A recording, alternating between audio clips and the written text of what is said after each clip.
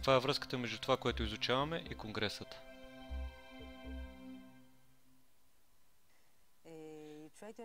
Опитваме се да разберем каква е връзката между това, което изучаваме и Конгресът.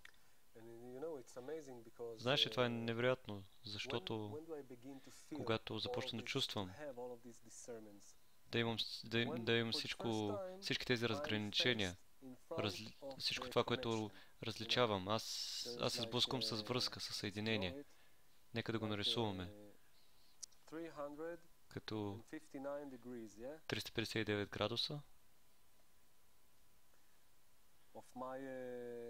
на всички възможности, които имам в живота. Можем ли да видим рисунката? Всички възможности, които съществуват в живота, са с 359 градуса с възможности. И само една възможност сега е отворена, която е насочена към съединение. Нека да направим един кръг, като една голяма връзка. И в тази връзка, в това съединение, ние имаме своята точка в сърцето. Това е нашето общо събиране, нашият конгрес. И от този момент и нататък, това е нашата... Това сме ние.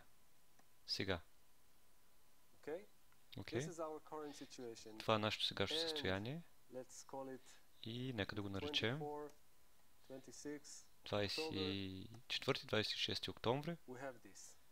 Ние имаме това. И тук ще се сблъскаме с много разграничения, много неща ще различим, които се наричат подготовка.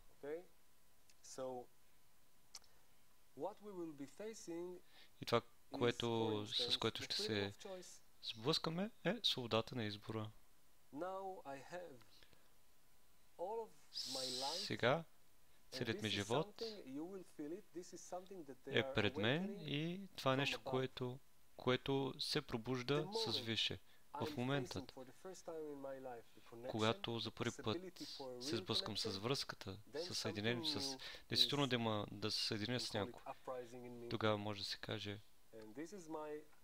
че има някакво възвишаване. Това, когато се срещаме с егото. Аз си мислих, че егото беше като някой актьор, когато примерно имат големи коли, къщи и така нататък.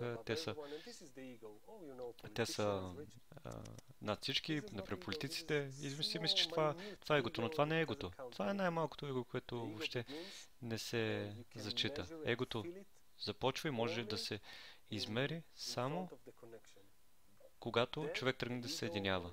Тогава егото има на различни имена, фараона, Таман. То започва да се надига. И виждам, че всички тези 359 възможности, те имат по-голяма стойност, те са оправдани. Аз действително чувствам, че целият ми живот сега е толкова реален. Да кажем, на тази дата, да кажем, свекървата трябва да дойде да ме види. Примерно тази свекървата, аз се мраза, но аз трябва да я видя. Или пък, например, нямам пари. Защото ако имах пари, бих си купил някой iPad, например. Това е свободата на избор. Защото пред мен седат две неща сега. Възможността да достигна действително духовното. След всичко, за което говорихме, това действително е възможността. Да се срещам с учителя Раф Лайтман, да се срещам с приятелите, или пък да отида където и да било, някъде другаде. Какво означава да заставиш егото пред Конгреса? Ще достигнем и до тази точка, но все още сме в началото. И знаеш ли, можем да видим също как се изгражда моето желание. Защото сега желанието ми е под влияние на цялото общество. Целият този кръг, който виждаме, това е обществото. Всяко едно влияние, за което може да си помислим. От всички 6 желания, които ние имаме, като например храна, секс, семейство, чест, пари и знания, всички тези желания ми повлияват. И как те ми влияят? С единственото нещо, което това е важността. Така че ако искам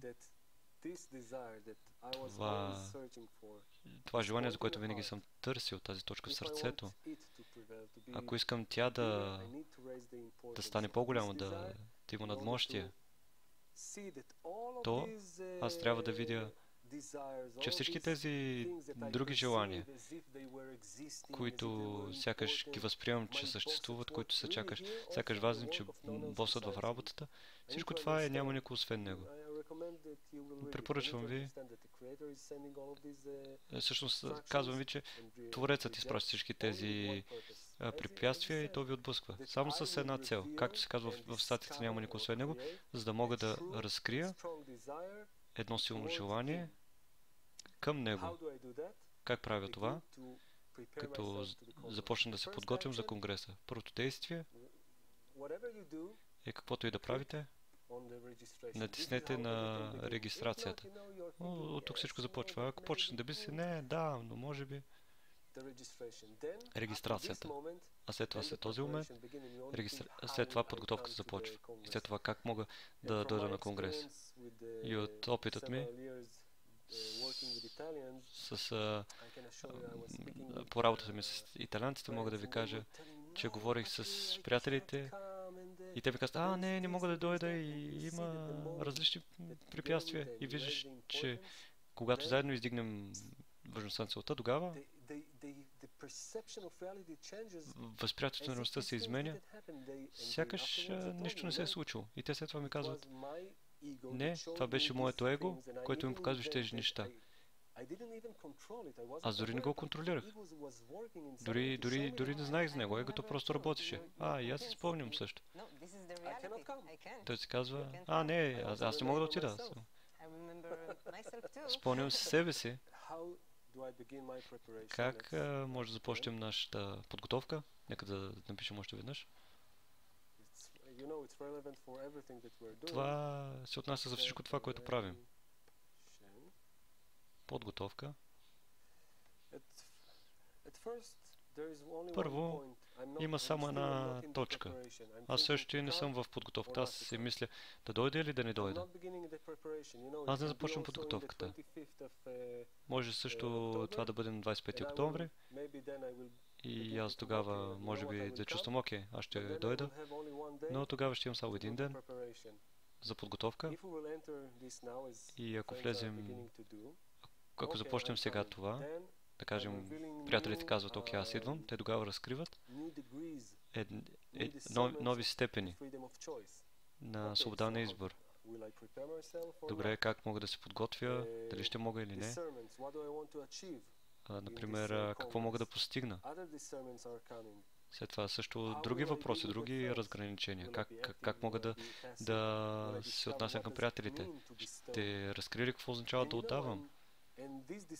И именно тези разграничения, не искам да ви кажа какви са те, ще разберете сами, но те непрекъснато нарастват до самия конгрес, когато аз искам да разкрия Твореца или не, но винаги тази свобода на избор, в нея вие разкривате толкова много избори, толкова много различни избори, че в този триъгълник, който ние създадохме, това действително е нашето желание. Или нашето кли, съсъд. Това е което развивам. Аз се устремявам към желанието, но как всичко ще премине? Аз мога да започна именно от този момент.